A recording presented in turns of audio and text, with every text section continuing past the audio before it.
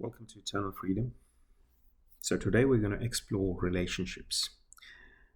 The word relationship implies a relation between two entities, two objects, or two beings. Now, we know that as a being, as a person, as a body-mind structure, I am continuously changing. And so is the other person who I'm trying to have a relationship with. So both of them are continually changing. My likes and dislikes today are going to be different from what they were 10 years back and will be different when, 20 years from now. So there is continual change that is happening between two entities. And that sort of relationship requires a continual amount of communication or continual interaction in order for that relationship to be maintained. Because if you don't have any interaction, then that relationship will break. So when we're talking about a dynamic kind of relationship, this is what it is. A dynamic relationship requires continual watering and feeding, continual interaction, continual communication, and that is the only way that that relationship can survive. So when you look at relationships from a worldly person's perspective, and when we say worldly person, we're talking about 99.99% people, because 99.99% people they have survival goals, they have got materialistic goals, they've got worldly goals, and they're trying to achieve those goals.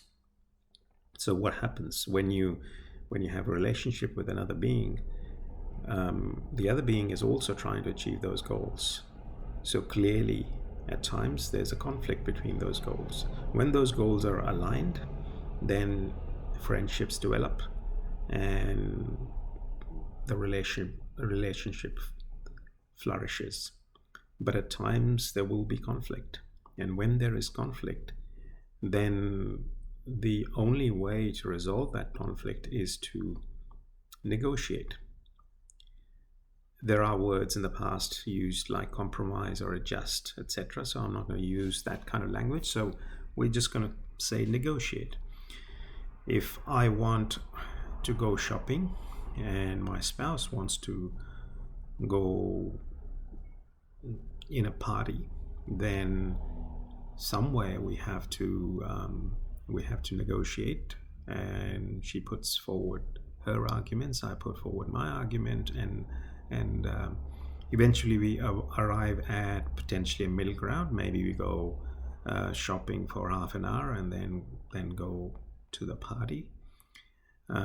So that would be considered as a win-win scenario.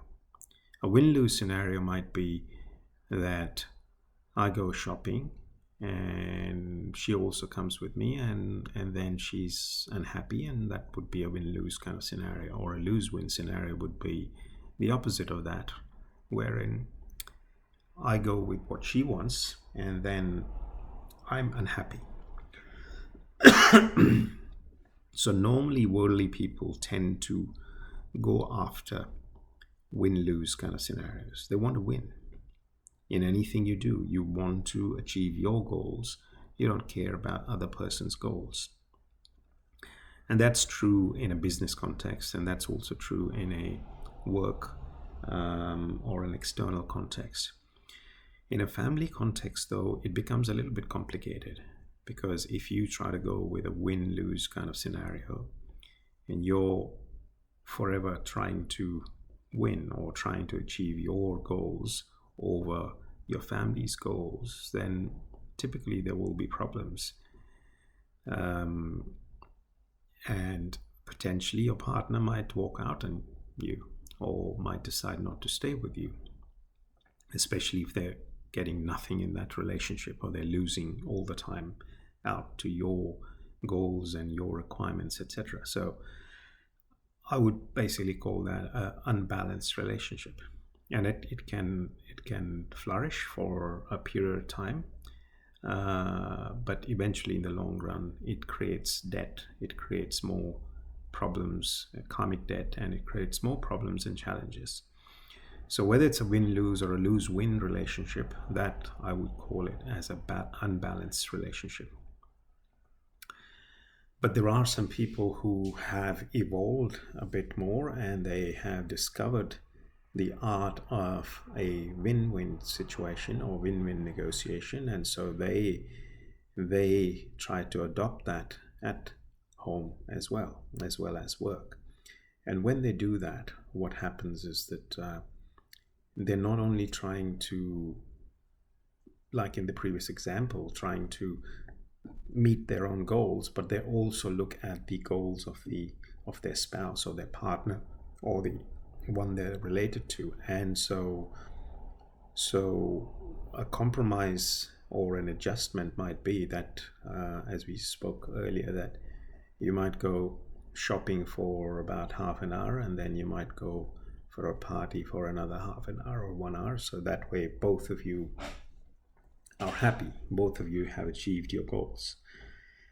So that is a more evolved set of relationships, where you tend to also make sure that the other person, you respect the other person for their goals, for their views, their opinions, and thereby you tend to work together as a team and trying to get to a win-win outcome at all times.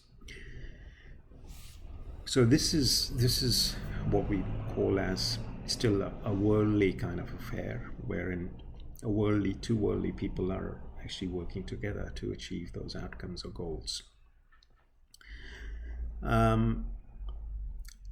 But what about someone who is realized, or who has realized who they are? So someone who has realized who they are, they then realize that they are eternal. They've realized their true self, and they've realized that that true self is eternal. It's changeless, it's permanent, it's not something that will come and go. So hence they now start that relationship with other people. They look at relationships with other people with a different lens. They start seeing everything out there as an experience, and they themselves believe they are the experiencer. And when that experiencer and experience relationship starts to manifest, they find that everything is just, they lose their level of attachment to those experiences. They gradually start witnessing all the experiences as just that, just experiences. They're not ones that you hold on to. They're ones that you experience and then let go. You just be a witness, and that's that relationship then with. So if you pick a husband-wife situation, the relationship becomes interesting. So let's say the wife has self-realized or has realized who they are, then her approach to if the husband says, I want to go shopping, or I want to go to a party, her approach is, yeah, sure, go ahead. Her approach becomes more detached, but at the same time, it's not as if she feels that she's compromising in any way. So the level of attachment reduces, and as it reduces, the ability or the need to kind of achieve a win-win outcome also reduces. So there is still that desire to achieve a win-win outcome for things that person cares about, but that desire slowly starts disappearing for a vast majority of things that were initially important. And as the person, as the being progresses over time, that this journey of realization or self-realization then ensures that there is less clasping and more letting go.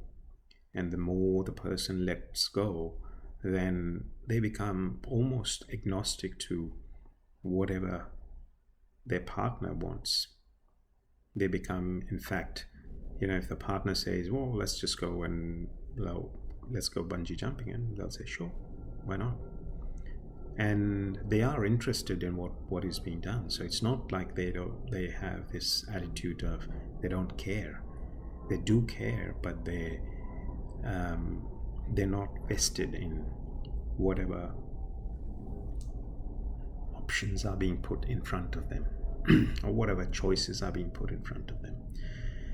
So a realized being gradually over time starts letting go of all the habits and all the, you can call them attachments that they build over lifetimes and over years, and eventually they get to a stage of an enlightened relationship. An enlightened relationship would be one wherein one of the persons then sees everything as themselves. They don't distinguish between themselves and the other person. So when that happens, the need to achieve even a win-win or to maybe even let go of anything disappears.